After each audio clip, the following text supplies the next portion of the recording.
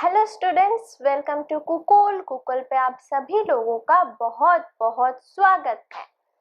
तो आज हम जो चैप्टर करने जा रहे हैं वो है क्लास 6 की और चैप्टर है chapter number 2 components of food.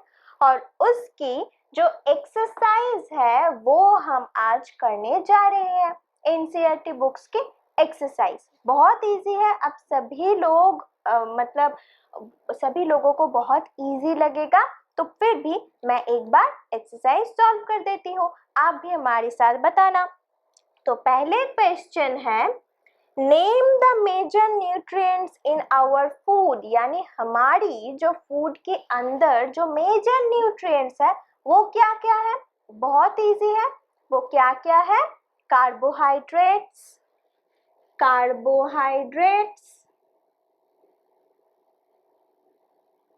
Proteins, fat, vitamins and minerals. ये हो गया हमारा मेजर न्यूट्रिएंट्स। क्या हो गया? Major nutrients. ओके। अब अगर यही क्वेश्चन आए कि मेजर न्यूट्रिएंट्स की जगह अगर कहा गया कि बैलेंस डाइट पे क्या क्या न्यूट्रिशन यानी कि क्या क्या होता है, क्या क्या आता है, तो बैलेंस डाइट के अंदर हम carbohydrate, protein, fat, vitamin, minerals तो कहेंगे ही कहेंगे। फिर हम कहेंगे कि राफेज एंड वाटर, वो भी बैलेंस डाइट पे हमें ऐड करने की जरूरत है। ओके, तो बैलेंस डाइट भी हो गया और ये क्वेश्चन जो हो गया मेजर न्यूट्रिएंट्स वो भी हमारा हो गया। अब एक चीज, अगर आपको कहे कि पर्टिकुलर फूड पे दिखाइए कि कौन से मेजर न्यूट्रिएंट्स है, तो फिर पर्टिकुलर फूड या फिर मील। अगर मील कहा गया है तो फिर आप एक चार्ट बना के जो भी मील आप खाते हो, यानी राइस, दाल, सब्जी, रोटी, इडली, डोसा, जो भी आप मील पे खाते हो वो सारे लिखना। और लिखने के बाद वो कार्बोहाइड्रेट है, प्रोटीन है या फिर फैट है, कौन से चीज क्या है वो हमें लिखना पड़ेगा और वो टेबल के फॉर्म पे आप लिख देना। ठीक है, अगर पर्टिकुलर कुछ डिनर दिखा के अगर पूछे। ठीक है, अब क्या कहा गया है? नेक्स्ट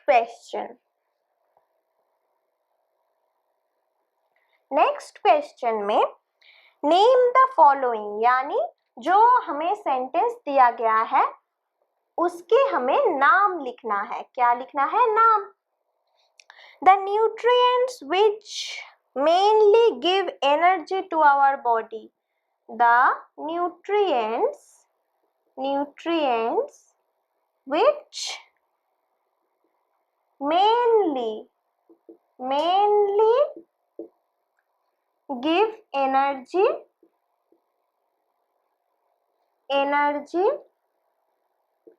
to our body, यानी मेनली वो न्यूट्रिएंट्स क्या है जो हमारी बॉडी में एनर्जी सप्लाई करता है।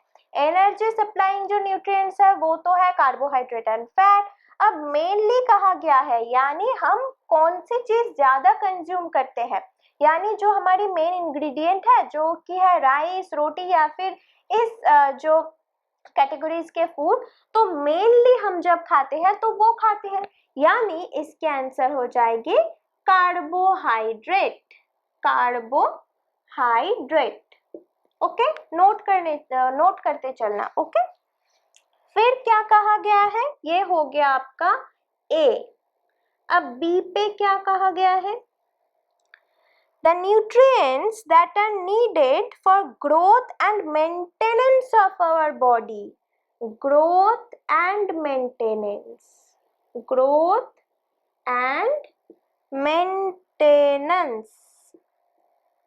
of body. अब ग्रोथ और मेंटेनेंस के लिए क्या न्यूट्रिशन जरूरी होता है बताइए? ये तो आपने पढ़ा ही था। ग्रोथ और न्यूट्रिएंट्स जब भी आप देखें मतलब ग्रोथ और मेंटेनेंस, तभी ये हो जाएगा हमारी, ये एक आंसर हो गया कार्बोहाइड्रेट और इसके आंसर हो गया हमारा प्रोटीन। बॉक्स करते चल रही हूं मैं। फर्स्ट के आंसर हो गया carbohydrate and growth and maintenance जब भी आपको दिखे तभी आंसर हो जाएगी प्रोटीन। Okay done. अब सी पे क्या कहा गया है? Vitamins required for maintaining good eyesight. इस वाले वर्ड्स को ध्यान में रखिए, गुड आईसाइट। आईसाइट के लिए रिस्पॉन्सिबल कौन से विटामिन है? आईसाइट्स के लिए वो है विटामिन ए, हमने पढ़ाया था। तो गुड आईसाइट्स के लिए रिस्पॉन्सिबल क्या होगा? यानी C, a vitamin required for maintaining good eyesight. Good eyesight maintain करने के लिए कौन सी विटामिन? विटामिन ए।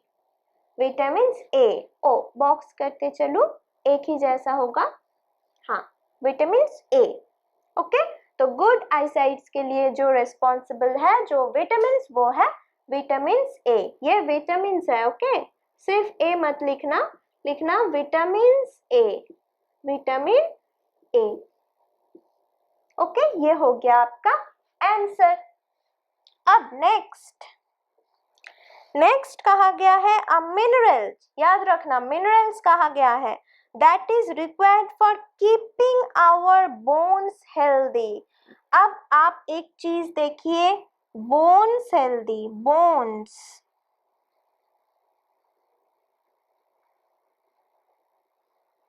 बोन अगर कहा जाए तो फिर अगर विटामिन होता तो फिर आपके आंसर होता विटामिन डी, यानी बोन स्ट्रॉन्ग करने के लिए विटामिन डी जरूरी है। लेकिन आपको कहा गया है अब मिनरल्स। मिनरल्स के लिए आप देखिए कि कैल्शियम बहुत ज्यादा जरूरी है विटामिन के माने विटामिन के अलावा मिनरल्स पे, जो कि बोन और टीथ को स्ट्रॉन्ग बनाती है। इसीलिए इसके आंसर होगा कैल्शियम।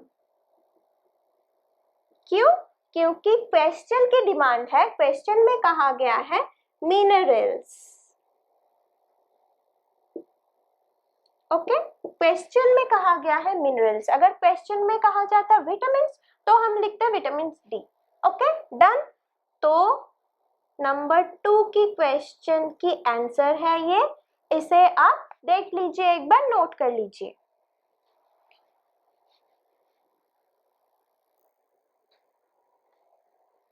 Done, very good.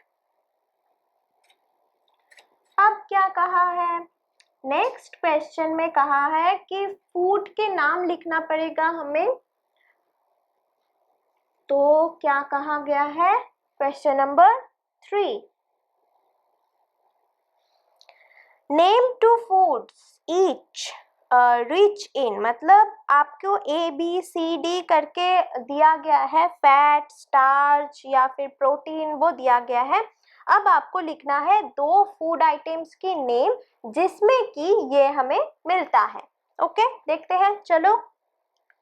तो ए में क्या कहा गया है कि फैट, हमें फैट प्रोड्यूसिंग 2 फूड्स लिखना होगा। तो फैट प्रोड्यूसिंग फूड क्या क्या है? ग्राउंडनट हो गया आपका, ग्राउंडनट, कोई भी ऑयल हो गया आपका, यानी soybean oil, vegetable oil, sunflower oil, कोई भी ऑयल वो फैट होता है। और क्या? घी, बटर, ये सारे हो गया आपका फैट्स। इसमें से एनी टू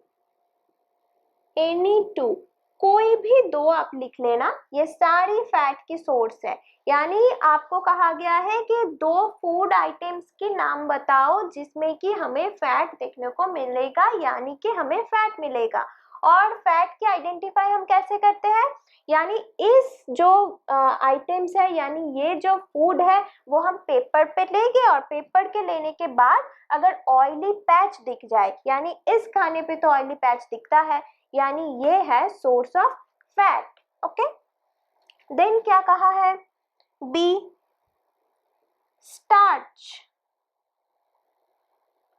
स्टार्च यानी कार्बोहाइड्रेट, हमने पढ़ाया था। तो स्टार्च, कार्बोहाइड्रेट, कौन सी दो जो खाने के नाम हमें बताना पड़ेगा।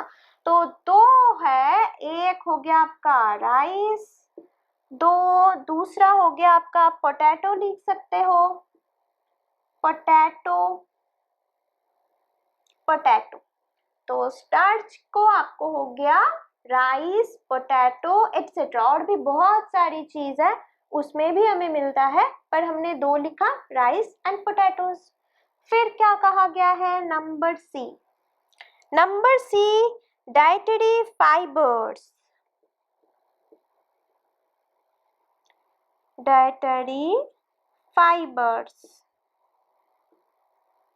अब डाइटरी फाइबर्स कौन से खाने में हमें देखने को मिलेगा। हमें देखने को मिलेगा डाइटरी फाइबर्स स्पिनच पे, लिख लेते हैं स्पिनच, SPINACH स्पिनच। और कौन सी सब्जी है, और है कैबेज हम लिख सकते हैं, तो CABBAGE कैबेज। तो दो आपके हो गया स्पिनच एंड कैबेज। अब नंबर डी पे कहा गया है प्रोटीन्स। ये तो बहुत इजी है, अब सभी लोगों को पता होगा। प्रोटीन्स की जो फूड आइटम्स है या फिर फूड मटेरियल्स है, और जो भी दो खाना है वो आप सभी को पता होगा, दो से ज्यादा पता होगा। क्या, एग हो गया आपका, मीट हो गया, और जो फिश है वो चिकन है, और क्या, और पल्सेस है, पल्सेस यानी दाल जो होती है आपका। इसमें से भी एनी टू चूज कर लेना, ये बहुत इजी है, ये सभी को, आप सभी लोगों को पता होगा कि एग, मीट, फिश, चिकन और दाल में बहुत सारा प्रोटीन रहता है। तो क्वेश्चन नंबर 3 भी कंप्लीट हो गया, इसे नोट डाउन कर लीजिए एक बार।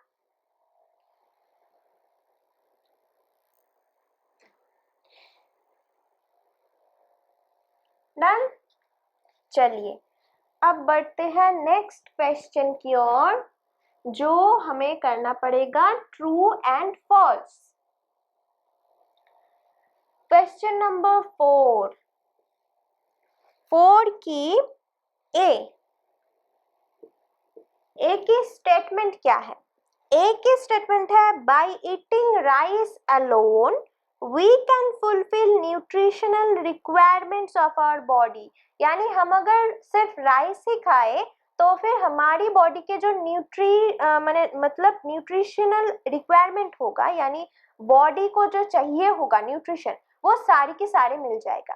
ठीक है, ये स्टेटमेंट ट्रू है या फॉल्स। तो फिर ये स्टेटमेंट ऑब्वियसली दैट है फॉल्स, एंड इसे हम मार्क करेंगे क्रॉस से। ओके, यानी हो गया हमारा क्रॉस, नॉट करेक्ट। अब बी स्टेटमेंट पे क्या कहा गया है।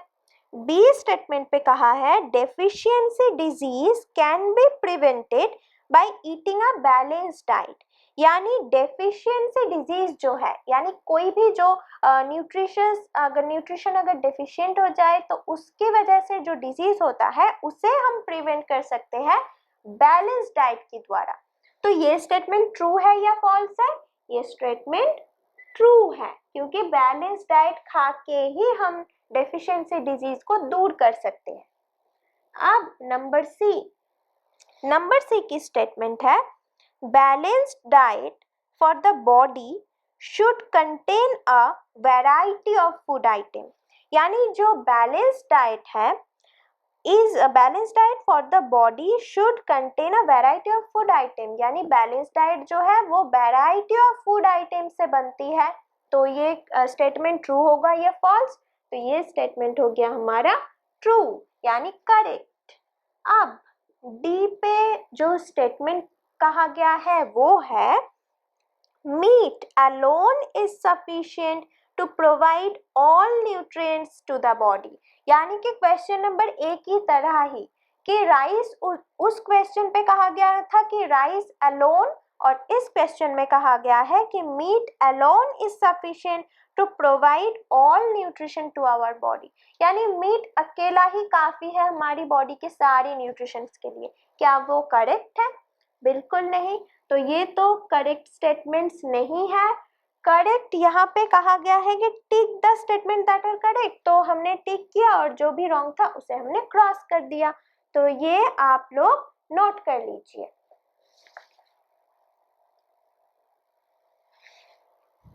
Okay, done, very good, note कर लिया।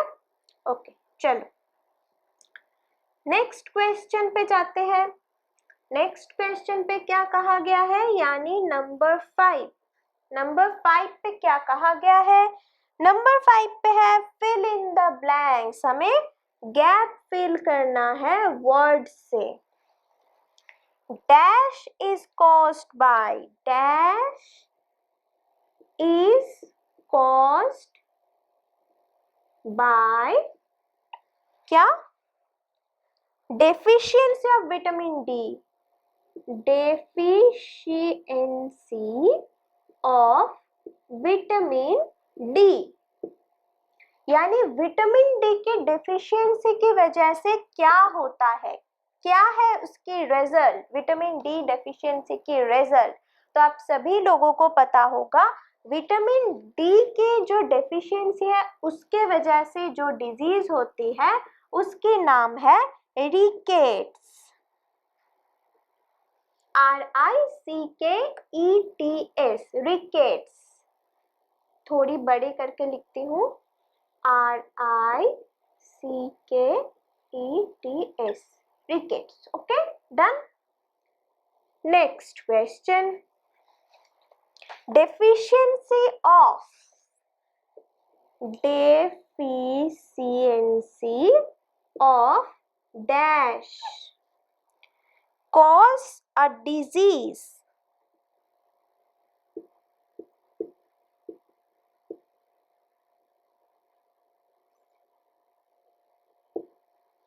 cause a disease known as beriberi. ये बहुत इंपॉर्टेंट है।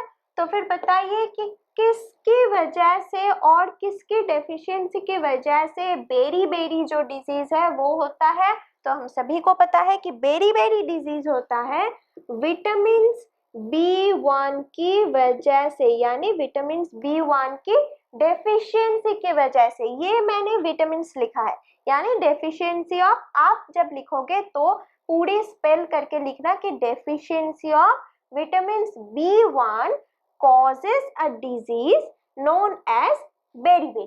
Okay?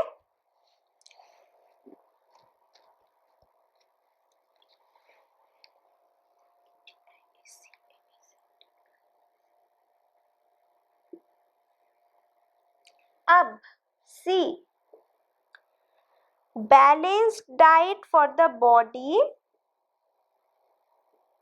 balanced diet for the body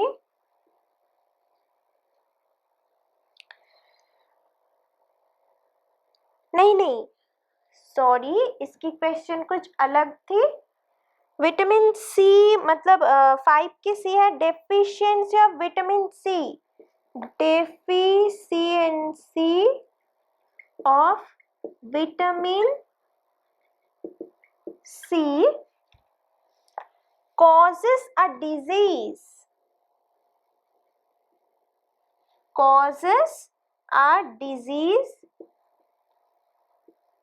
known as,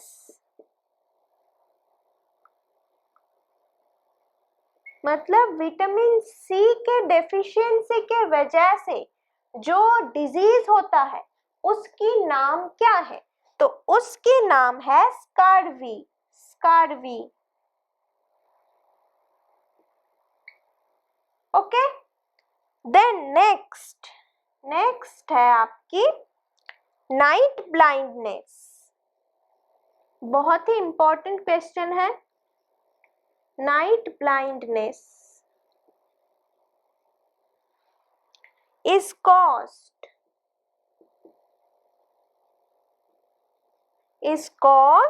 due to deficiency of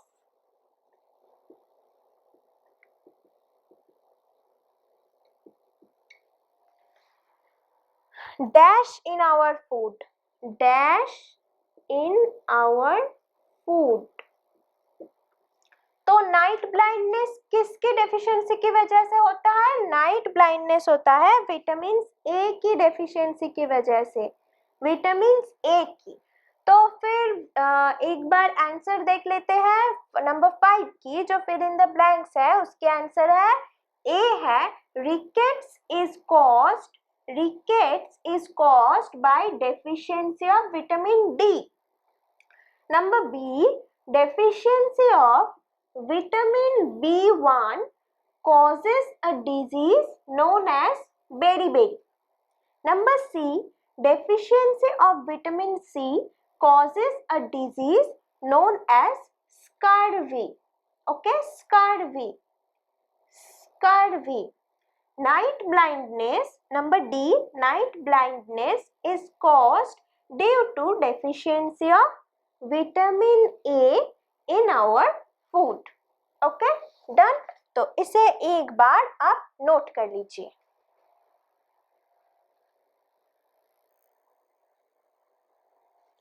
done. तो ये आपकी एक्सरसाइज हो गया। ओके, अब एक बात, यहाँ पे एक्टिविटीज में एक क्वेश्चन मैंने देखा जो कि बहुत इंपॉर्टेंट है। वी हैव लर्न नंबर 2, एक देखिए ये एक्टिविटीज है। ओके, मतलब आपकी एक्सरसाइज की क्वेश्चन नहीं है, मगर ये जानने की जरूरत है। We have learn that excess intake of fat is harmful for the body. ये तो हमें पता ही है कि एक्सेस फैट की इनटेक जब होगी तो वो हमारी बॉडी के लिए बहुत ही हार्मफुल होगा। What about other nutrients? यानी अदर न्यूट्रिएंट्स का क्या, यानी अदर न्यूट्रिएंट्स अगर हम ज्यादा खा ले तो क्या? Would it be harmful for the body to take too much of protein or vitamins in the diet? अगर हम बहुत ज्यादा अमाउंट पे विटामिन्स और प्रोटीन्स खा ले, क्योंकि हमें तो पता ही है कि वो बहुत ही नेसेसरी है और वो हमारी बॉडी के लिए बहुत अच्छा है, विटामिन्स एंड प्रोटीन्स। तो तब क्या होगा जब हमारी डाइट पे हम हद से ज्यादा प्रोटीन एंड विटामिन्स खा लेंगे? तो याद रखना बच्चों, मैंने कहा था बैलेंस डाइट, नाम पे ही है बैलेंस, यानी सब कुछ बैलेंस करना जरूरी है, ना कम ना ज्यादा। इसीलिए अगर प्रोटीन, फैट ही सिर्फ नहीं, प्रोटीन, विटामिन्स, कार्बोहाइड्रेट जो भी हो, अगर जो सर्टेन अमाउंट है, जो लेवल है बॉडी की, उससे ऊपर यानी उससे ज्यादा अगर हम खाएं तो डेफिशिएंसी की वजह से भी डिजीज जैसे होता है, वैसे ही ओवर, कोई भी न्यूट्रिशन अगर ओवर हो जाए तो उसकी वजह से भी हमें डिजीज हो सकता है। ठीक है, ये बात आप याद रखना, यानी सब कुछ बैलेंस वे पे खाना जरूरी है, ना कम ना ज्यादा। यही बैलेंस डाइट की जो कंक्लूजन है ये है। ओके, तो आज की एक्सरसाइज तो कंप्लीट हो गया, मिलते हैं नेक्स्ट क्लास पे।